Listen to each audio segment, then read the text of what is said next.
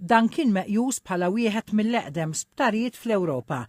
L-Isptar Santu Spiritu fir-Rabat imur lura l-1372 u dan huwa konfermat mill-eqdem dokument li hemm fl-Arkivji Nazzjonali. Il-bini li minnu wara li jalaq l-isptar beda jservi bħala l-ħażna tal-memorja kollettiva tal-poplu Malti. Skop ewlieni tagħna huwa li nippreservaw u nagħtu aċċess għal dokumenti antiki ħafna. Dawn huma dokumenti li qed jgħidulna l-istorja tagħna tal-pajjiż. Bażikament qiegħed jgħidilna l-identità tagħna bħala poplu Malti. L-arkivji huma ġabra ta' informazzjoni magħrufa bħala records.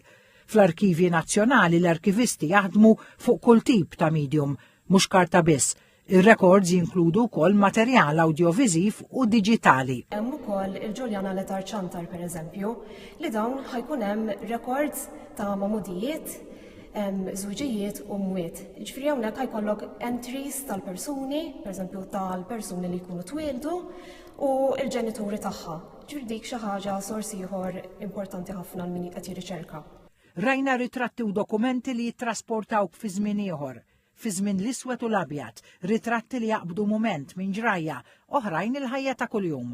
Wara l-eluq tal-Isptar Santu Spiritu fis-snin 60, il-bibien tiegħu reġgħu infetħu fl-1994 biex sal-lum għadu jservi bħala l-Arkivji Nazzjonali. L-Arkivji Nazzjonali jiġbor il-kollezzjonijiet tiegħu fil-parti l-kbira minnhom mid-dipartimenti u l-aġenziji tal-Gvern u minn nies li jagħtu kollezzjonijiet privati biex jinżammu għal skop ta' riċerka.